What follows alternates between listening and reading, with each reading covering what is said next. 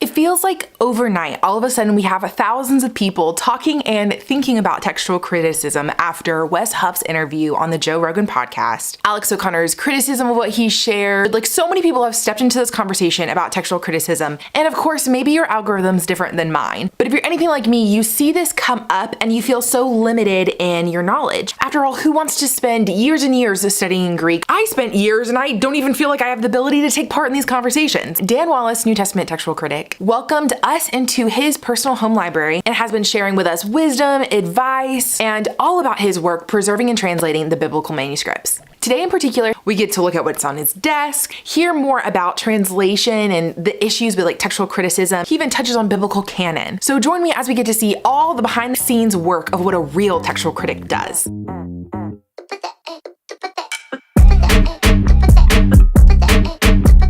First things first, I asked Dan, because he had a couple funky looking things. What's on your desk? These, I've got 3 of these, I think. 1, 2, 3, yeah. There's 3 leaves of printed Bibles before the year 1500. A book published before 1500, on a printing press, of course, is known as an incunabule or incunabula. Think incubation. It's the beginning of the printing era. Gutenberg's Bible, the Latin Vulgate, came out, we think, about 1454. I think this one of John, biblical text and commentary, was done in 1495. I've got some others that are earlier, but these are not part of Gutenberg's Bible. That would be about $100,000 for one leaf. Oh, okay. Yeah. Wow. But there are other printings before 1500. I've always wanted to own an incunabulon, so to get these leaves, which were not cheap. So, early printed Bibles. This is papyrus leaf that I got in Cairo, and you can actually tell if it's real papyrus because a lot of fake papyrus leaves use banana leaves. So you just have to lick it.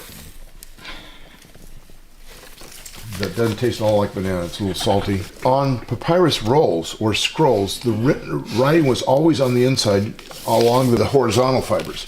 This was just the outside of it. And it's much harder to write this way with vertical fibers, you see.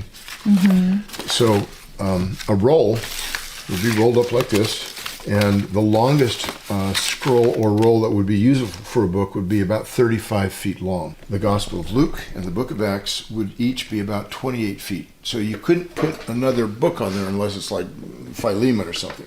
It's interesting that our New Testament books were all written on rolls. Luke and Acts, I think, were meant to be 2 volumes of the same book. It's just that they couldn't be because this was the only book form that was available. But I think they were sent to Theophilus at exactly the same time. What's very interesting is once we get the codex form of book, that Christians adopted it really before anybody else. It's the first time you could put more than one gospel in the codex.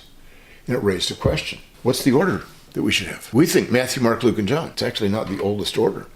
The oldest order that we have found is Matthew, John, Luke, and Mark. Once you get the codex form, now you got Paul's 13 letters. What's the order going to be? It's always been Romans first, if I'm not mistaken. But Hebrews has floated. There's other books that have floated. Same thing with the Catholic epistles. Revelation is not always the last book in a codex. There's a 9th century codex that has a complete Bible, a complete New Testament, with commentary, and after Revelation it has Paul's letters. So Matthew is always first, but when you start combining these different genres, what's the order even of the genres? You have Acts and then the Catholic epistles in quite a few manuscripts. And there's a push now to have our Bibles go in that order now because there's so many ancient manuscripts that do it. We know what the canon is, we just don't know what the order was or why. And there's lots of questions that are raised by it. So papyrus, that was the first material that books were written on. And CSNTM has photographed a few papyri, and the most important collection are the Chester Beatty papyri that we photographed. P45, P46, P47. That P stands for papyrus, and it has to do with the date of publication. These were found in about 1930 in Egypt. Chester Beatty, who was a copper mining millionaire, an American, he's got this wonderful library that was the Museum of the Year for Europe one year. It's not very big, but he's got a lot of the New Testament manuscripts, all of which we have had the great privilege of photographing. They have these in individual leaves. So here So Luke 12:18 through 37, 42 to 13:1. You've got this one that's the backside of another one. So this is the backside of this. This is the backside of this. So it's if you had the manuscript, it would be just exactly like this, and these are in order. These are in a plate of glass. All the papyri are between two plates of glass. And this is approximately where they line up, and scholars have gone through. It's even difficult to see that there's any letters there. Mm-hmm. But we go through this, and we identify what it is. We can figure out the distance, and that's how we know what this early manuscript said. These two volumes, this is white background, this is black background, are of these three papyri, and the pages had to be large enough to capture the largest leaf, because all of these are exact size. So when you see this, we could have blown these up, make it easier to read, but that's not what you actually see. This is the size of these things. So you get large leaves like this, and some of these are really massive. And then that's the end of P45 right here. So it ends well. The outside leaves are pretty good. Then you've got some smaller fragments like this. Let me find one. Okay, I've got it. This is going to be so much fun to show you. Okay, this leaf right here. It's leaf number folio number 6 horizontal. So that means the fibers are going this way. And I'm going to show you. Okay, see this down here? No, it's here. You can see the tops of the letters. You have no idea what they are? Yes. Every scholarly production of this has misunderstood it. So this is marked 8:10 through 25. Okay, that's this picture. Okay. 3rd century. I want you to watch right down here. Wow. That's the word archetai. It means he came. Everybody else has they came. That's what they say it reads. And so here we've put down the Greek the way it would line up, and now the English. So you can see what's on the edges, not part of the papyrus, but and he came to Bethsaida. Not they came. The disciples came with Jesus, of course, but he came to Bethsaida. The focus is on Jesus. And there are other manuscripts that have this, but nobody has recognized that P45 also has he came. The word they came doesn't fit in those little black dots. And only when you can do this kind of animation and see how the letters fit, where you're really focusing on it, can you see what's really there. And my son Andy, who is a film editor, did the animation for us. It's pretty cool, I think. Yeah. Okay, so. Very cool. Now that's P45, P46. Each leaf is worth probably 7 figures. Are you shaking when you take the pictures? No, actually what happened is we were not even allowed to touch the plates. They had a security guard there, and they had the librarians. They set up a place for us to shoot, put in air conditioning just for this, and it was in a basement. And they had the leaves in their plates on a tray that they brought down, I believe, with an armed guard.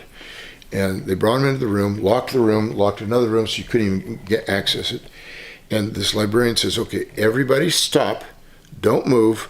I'm taking a plate out and putting it on the camera. We had two cameras, maybe four cameras running. Maybe, I can't remember exactly, but they'd stop, they'd swivel, take 2 steps, lay it flat on the camera stand.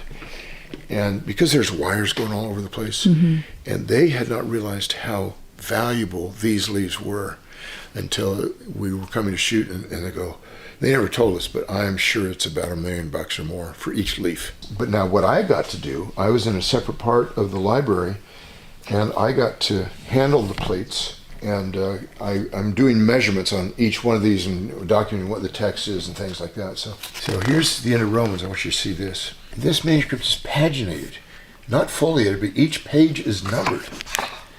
And so here is the beginning of Hebrews right here, pros Hebraeus, to the Hebrews. And this is the end of Romans 16, 14 to 23. It's almost a complete leaf. P46, there are 86 of an original 104 leaves.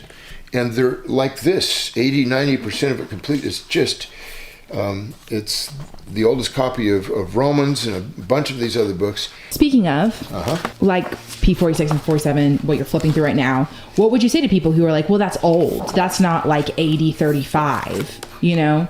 Why care about these? Because it's not in the year AD 35, is that what you said? Yeah, it's not right after Christ. Yeah. Well, it's a copy of a copy. Sure, these are copies of copies, but here's the thing about New Testament manuscripts.